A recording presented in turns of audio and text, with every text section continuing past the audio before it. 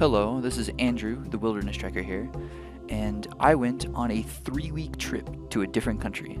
I went to Africa to visit my grandparents who actually live there. I got to go on a few adventures, and I thought I would take my GoPro camera along and record those adventures. I went on a safari, I went hiking, and then I just kind of recorded pictures and videos of the area because it's very culturally different than America. And so, today I thought I'd look at the culture side and just my perspective on what's different and what I actually saw culturally.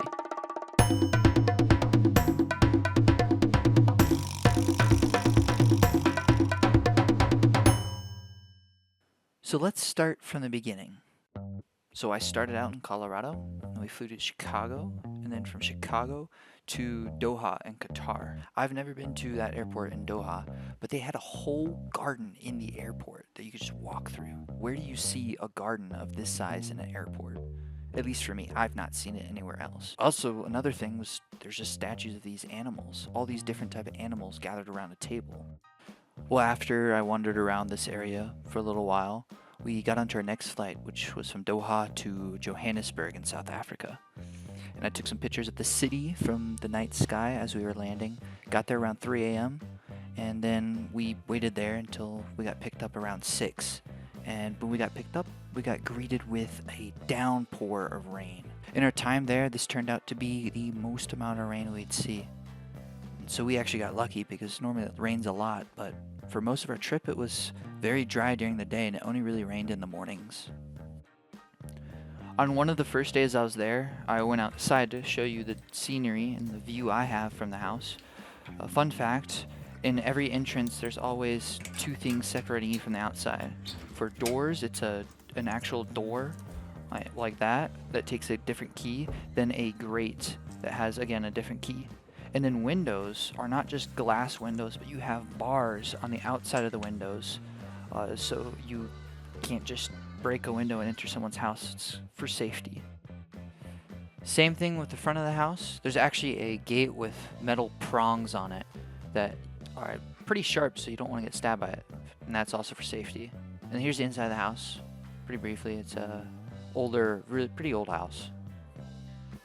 But it's summertime here because it's December, and so the scenery is very green, and the sunrises were really nice because I got to see the orange and pink because it's pretty flat, so you just see the whole sky light up in orange and pink. Another thing is that there's no air conditioning or internal heating in South Africa in a lot of places unless you pay quite a bit of money because there's not really infrastructure for that. So that means I'm spending my days inside, and the inside temperature is easily 80 degrees or more inside the house where I'm sitting. So I'm not a hot weather person. I like cold weather, so not for me. And right here you have a clothesline. Because of the warm temperatures, like I said, clothes dry really fast in the African sun. So a lot of times you wash it by hand and then hang it out there to dry. There is a electric dryer in this house, but we rarely use it. There's a lot of problems with the electricity and the water. And just for fun, here's a little frog I may have harassed a little bit. He certainly was probably not happy at me pointing my phone camera right at him. A little small little guy, hiding in the cracks of the concrete. Now I'm going to transition over and talk more about the scenery of South Africa. And birds, one of them. We've got turtle doves. It's the European turtle dove. You find these in South Africa all the time, and they're the ones making the ho ho ho ho that you hear in the background. Yeah, you find those in the States, so that's probably nothing new. What is new is just look at these streets, even the scenery, the trees. Trees are not something I'm used to. I'm used to pine, used to these tall, not wide trees.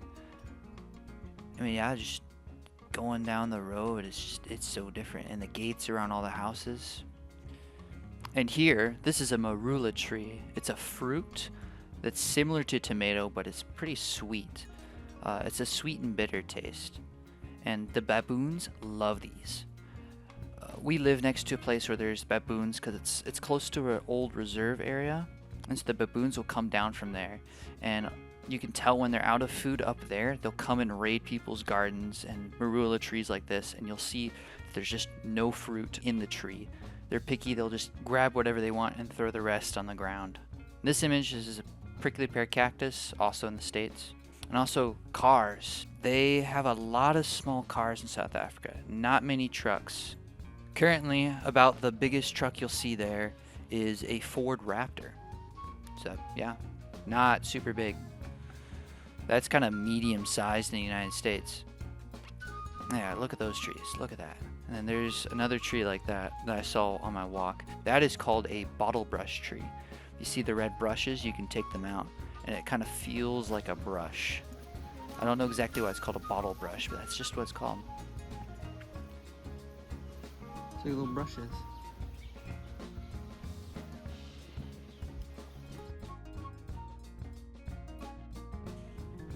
Target located.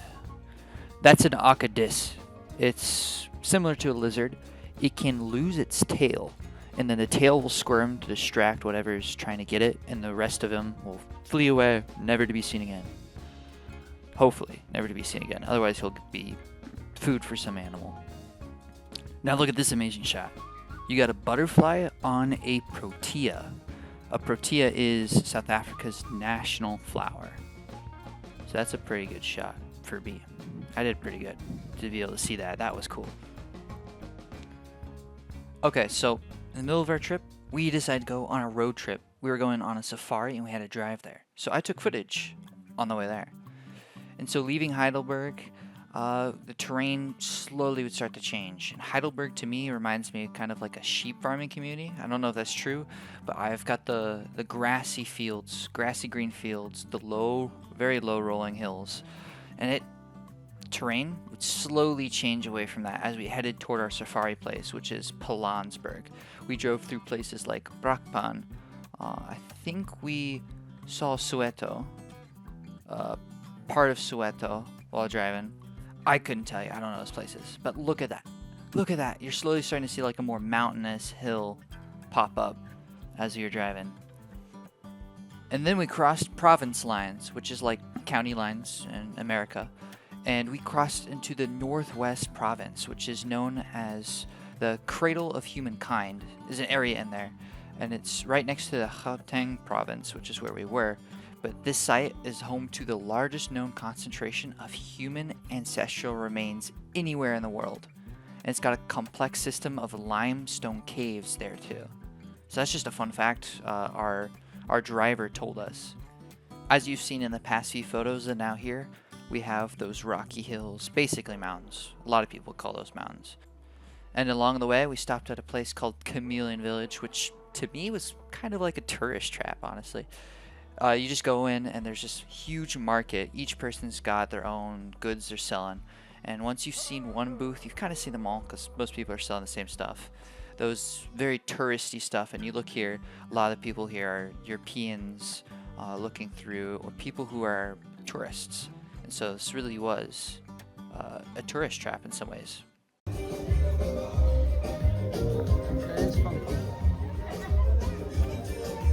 So after we experienced our tourist trap, we got back to the road. In this picture, you actually can see a mine. I believe it would be a platinum mine. South Africa, turns out I didn't know, is the world's #1 producer of platinum. Actually, it counts for 74.3% of the world's global supply, which is insane. I didn't know that. With that, South Africa produces a lot of other ores too. It's very rich in ore. What it's also rich in, and I don't need a stupid statistic for it, is these cows. We're just driving, and part of driving these roads around here is there's a bunch of cows that walk across it.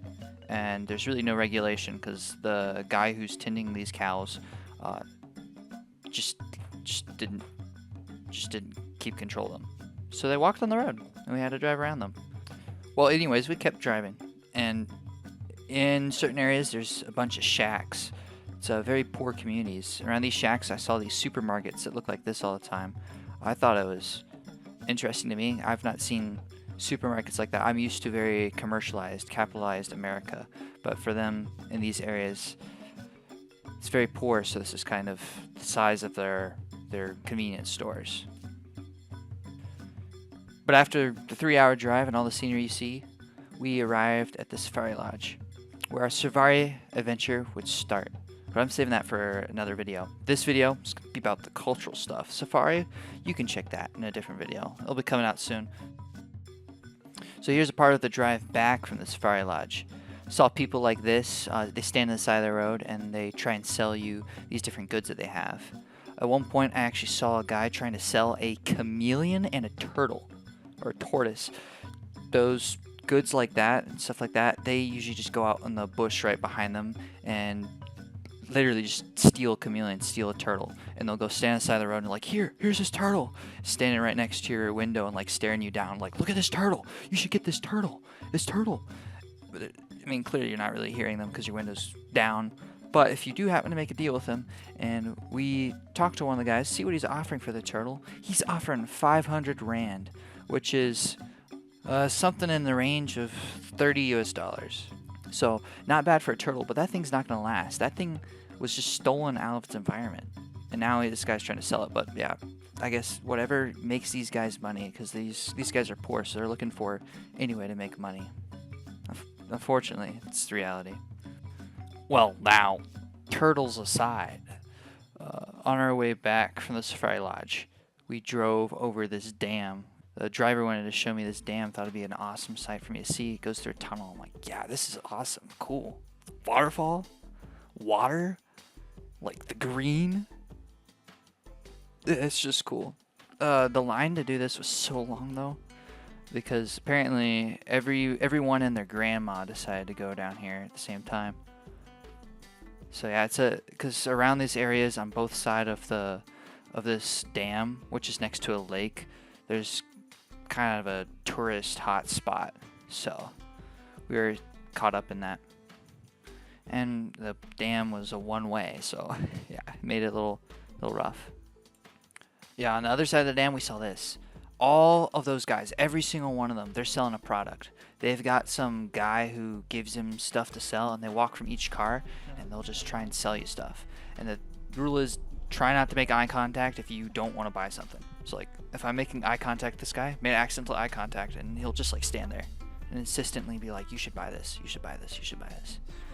So I made the cardinal sin of making eye contact. And even our driver, he responded nothing. He's done it a lot, been through areas like this, but he's just like, yeah, you just gotta say no. You just gotta, it's hard, but you just say no. Firm no. And so, had a fun safari, had a great time. You'll see that in a different video, but made it home, and I thought it was worthy to include this here. We actually drove out to go see a friend at one point, and it rained like crazy. In 30 minutes, it just caught a storm. I'd not seen a storm like this that much. Thought it would be fun, interesting. Almost looks like you're going into a tornado, Mom. Or about to. Yeah, but look at how it's pushing all the dust. You never see that unless there's snow. Yeah, just the blowing. No, but I'm saying, but that's because it's hitting the road, and the road is so high, yeah.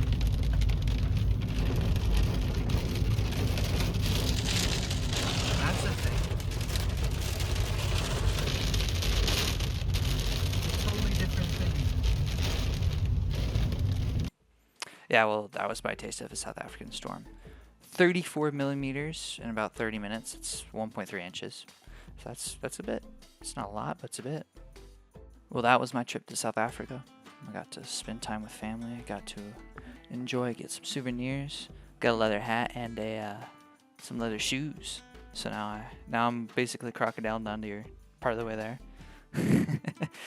That's not quite how it works, but yeah. Here's just a random clip of some, I don't know, not hornets, basically, whatever the equivalent is there. That was cool. Got a video of them. And yeah, we got back in the airplane, flew back out, and I did actually have a really cool clip I filmed while in the airplane. This is Greenland. I have a new next destination I want to go to. It's not going to be the next because that's going to cost a lot, but holy moly, Greenland looks cool. What the heck? I want to go to Greenland. There's so many mountains. I love mountains if you can't tell. But yeah, no, the weird tint you see is because this is one of the newer planes. Apparently, the pilot exercises his dictatorship and will actually like dim the light in the windows because these windows have like a fancy polarization thing in it. And so he's like pressing a button or something and it's dimming the light and it's making me annoyed because I just want to see the mountains the true color they are and not through this like purple filter. But it's he has to do it. He's required to do it. So that's my little 10-second rant on about removing the polar filters from planes so I can actually see mountains in the true color they are. But yeah, it's so cool. It's still really cool. I love those mountains. Yeah, well, check out these other videos. These links will be updated soon, and you'll see other things. I went hiking, I went safari. Yeah, basically I did a lot of things while I was there.